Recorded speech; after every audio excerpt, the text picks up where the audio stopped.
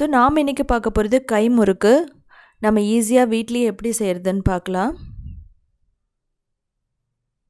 அதுக்கு முதல்ல ஒரு கப் பச்சரிசி எடுத்துக்கலாம். இதை 2-3 தடவை நல்லா கழுவிட்டு என்ன பண்ணலான்னா, ஒரு 2 மணி நேரத்துலேருந்து 3 மணி நேரம் ஊற வச்சுக்கலாம். ஸோ 2 மணி நேரத்துக்கு அப்புறமா இந்த தண்ணியை வந்து கம்ப்ளீட்டாக வடிகட்டிடுங்க.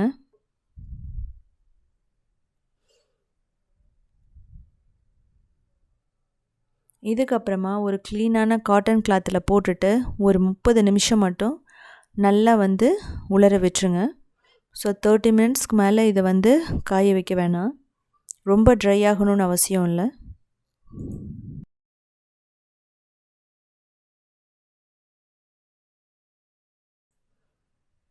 ஸோ இதுக்கப்புறமா ஒரு 2 டேபிள் ஸ்பூன் உளுந்தை நல்லா ரோஸ்ட் பண்ணிக்கலாம். ஒரு 2 மினிட்ஸ்க்கு ரோஸ்ட் பண்ணால் இந்த உளுந்து மாவு ரெடி ஆகிடும். நீங்கள் ரெடிமேடாக கிடச்சதுனாலும் உளுந்து மாவு வாங்கி நீங்கள் லைட்டாக ரோஸ்ட் பண்ணிக்கலாம். ரோஸ்ட் பண்ணதுக்கப்புறம் நம்ம ஆற வச்சுட்டு நல்லா அரைச்சிக்கலாம். இப்போது நம்ம மிக்சியில் போட்டுட்டு நல்லா ஃபைன் பவுடராக நம்ம அரைச்சிக்கலாம். இப்போ பார்த்தீங்க அப்படின்னா 30 நிமிஷத்துக்கு அப்புறமா நமக்கு அரிசி ரெடி ஆகிடுச்சு. நம்ம தொட்டு பார்க்கும்போது என்ன ஆகுனா கையில் ஒட்டும், லைட்டாக ஈரம் இருக்கிற மாதிரி இருக்கும். இது கரெக்டான பதம். இப்போ நம்ம என்ன பண்ணலாம் அப்படின்னா இதை எடுத்துடலாம்.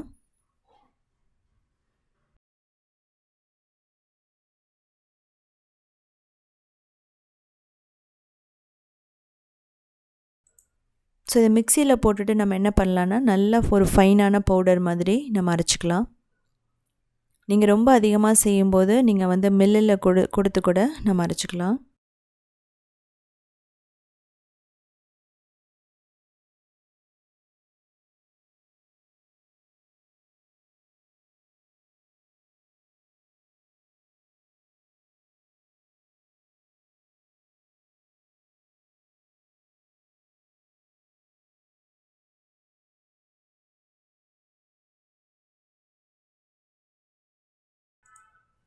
ஸோ இப்போ நமக்கு மாவு ரெடி ஆகிடுச்சு. நம்ம இதை கட்டி இல்லாமல் நல்லா சலிச்சிக்கலாம். ஸோ அப்படி சலிக்கும் போது என்ன ஆகுனா முறுக்கு நம்ம போடும்போது நமக்கு உடையாமல் இருக்கும்.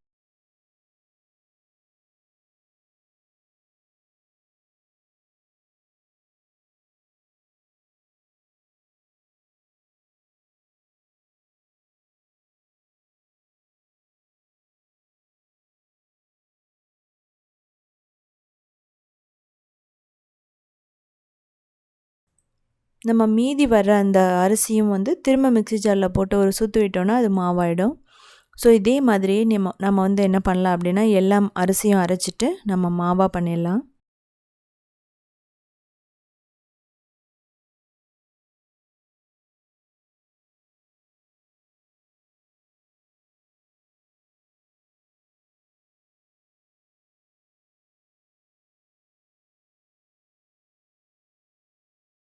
இப்போது நமக்கு முறுக்கு பச்சரிசி மாவு நமக்கு ரெடி ஆகிடுச்சு.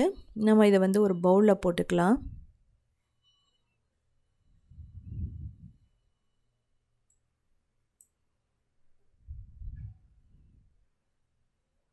இதை நல்லா ப்ரெஸ் பண்ணி விட்டுருங்க. அப்போ தான் ஈரம் காயாமல் இருக்கும்.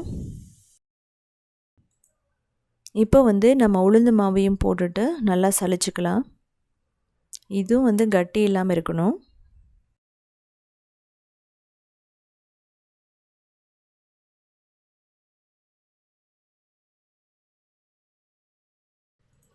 இதை நல்லா மிக்ஸ் பண்ணிக்கலாம். இதுக்கப்புறமா 2 டேபிள் ஸ்பூன் நல்ல சூடான எண்ணெய் ஊற்றிட்டு முதல்ல அதை மிக்ஸ் பண்ணிக்கலாம். ஸோ அந்த அரிசி மாவோட ஈரப்பதம் அந்த சூடான ஆயில் இதெல்லாம் சேர்ந்து நல்லா பிடிக்க வரும். இப்போது உப்பு தேவையான அளவு, அதுக்கப்புறம் பெருங்காயம், அதுக்கப்புறம் ஜீரகம், அதுக்கப்புறம் பட்டர் இல்லைன்னா நெய் இதை போட்டுட்டு நல்லா பிசைஞ்சிக்கலாம். ஸோ பட்டர் போடும்போது கொஞ்சம் ஒயிட்டாக வரும். நீங்கள் நெய் போட்டிங்கன்னா அப்படின்னா கொஞ்சம் எல்லோயிஷாக வரும். நம்ம முதல்ல பட்டர் எல்லா அரிசி மாவோடையும் நல்லா கலக்கிற மாதிரி நம்ம பிசைஞ்சிக்கலாம்.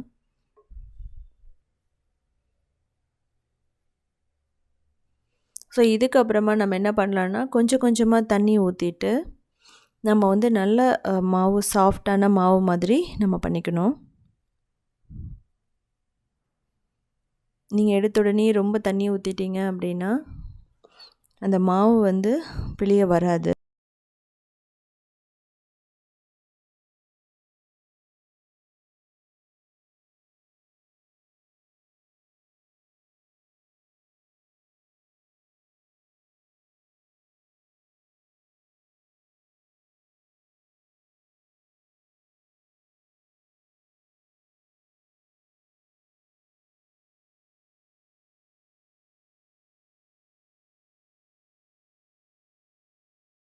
இப்போது நமக்கு அந்த எலாஸ்டிக் மாதிரி அந்த நமக்கு மாவு வந்து ரெடி ஆகிடுச்சு. நீங்கள் எடுத்து பார்த்தீங்கன்னாவே தெரியும், நல்லா எலாஸ்டிக் மாதிரி வரும். நீங்கள் அதை எடுத்துட்டு லைட்டாக இப்போவே வந்து நம்ம என்ன பண்ணலான்னா அது பிழிய வருமானு பார்த்துக்கலாம். ஸோ அதுக்காக கொஞ்சம் மாவு எடுத்துட்டு நீங்களே வந்து கை முறுக்கு வந்து சுற்றி பாருங்கள். ஸோ இப்போ நமக்கு உடையாமல் பர்ஃபெக்டாக வருது. இது வந்து பர்ஃபெக்டான கன்சிஸ்டன்சி. ஸோ இதே மாதிரி நீங்கள் செக் பண்ணிட்டீங்கன்னா நம்ம வந்து முறுக்கு பிழிஞ்சிடலாம். இப்போது ஒரு சின்ன வந்து பாட்டில் கேப் எடுத்துகிட்டு, உங்களுக்கு எக்ஸ்பீரியன்ஸ் இல்லை அப்படின்னா ஸோ அதில் வந்து நம்ம வச்சுட்டு என்ன பண்ணலான்னா நம்ம வந்து முறுக்கு பிழிஞ்சிடலாம். ஸோ இது வந்து ஃபஸ்ட்டு வந்து நமக்கு பிழிய வராது. ஸோ அதனால் நீங்கள் ப்ராக்டிஸ் பண்ணிக்கோங்க. ஸோ ஒரு தடவை பிழிய வரலை, மாவு தப்பாயிடுச்சுனாலும் ஸோ நெக்ஸ்ட்டு நீங்கள் ட்ரை பண்ணி பார்த்துட்டே இருங்க. ஸோ உங்கள் வீட்டில் பாட்டி யாராவது இருந்தாங்க அப்படின்னா ஸோ அவங்ககிட்ட வந்து எப்படி பிழியிறதுன்னு சொல்லிட்டு கேளுங்க. ஸோ அவங்க ரொம்ப சூப்பராக சொல்லுவாங்க.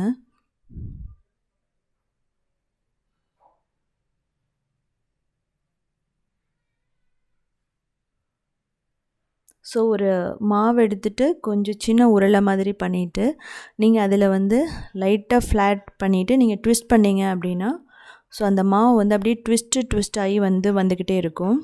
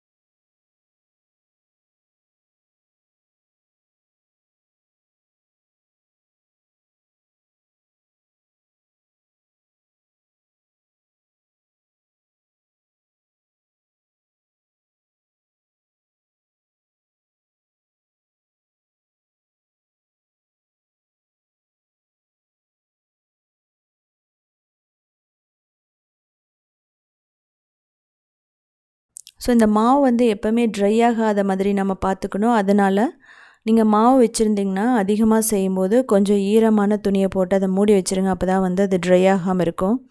இல்லைனா அது வந்து கடைசியாக பிழியும் போது என்னாகும் அப்படின்னா அது ரொம்ப ட்ரை ஆகி நமக்கு வந்து அந்த முறுக்கு வந்து ட்விஸ்ட் பண்ணி அந்த ஷேப் வந்து வராது.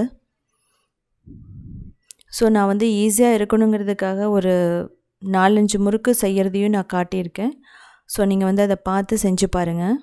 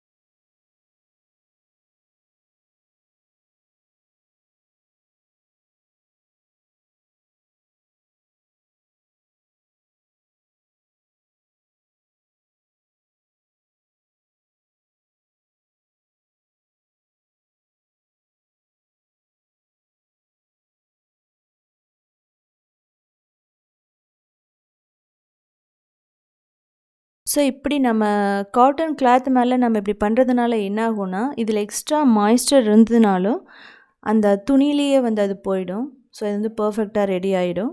ஸோ இப்போ நமக்கு ரெடி ஆகிடுச்சு கைமுறுக்கு எல்லாமே. இப்போ என்ன பண்ணலாம் அப்படின்னா, எண்ணெயில் போட்டுட்டு நம்ம பொரித்து எடுத்துடலாம். இப்போது நம்ம சூடான எண்ணெயில் போட்டுட்டு லோ மீடியம் ஃப்ளேமில் வச்சுட்டு நம்ம ஃப்ரை பண்ணோன்னா சூப்பரான கிறிஸ்பியான நமக்கு ஹெல்த்தியான ஹேண்ட்மேடு, அதாவது கையிலேயே பிழிஞ்ச கைமுறுக்கு நமக்கு ரெடி ஆகிடும். ஸோ நீங்கள் திருப்பி போட்டுட்டு நீங்கள் வந்து ஃப்ரை பண்ணி எடுத்துருங்க. ஸோ நம்ம பட்டர் போட்டிருக்கிறதுனால என்ன ஆகும் அப்படின்னா, ரொம்ப வந்து இது ப்ரௌன் ஆகாது, எல்லோயிஷாக கூட அது வந்து மாறாது. ஸோ நம்ம கொஞ்சம் ஆயிலோட சவுண்ட் அடங்கின உடனே நம்ம வந்து கைமுறுக்கு வந்து எடுத்துடலாம்.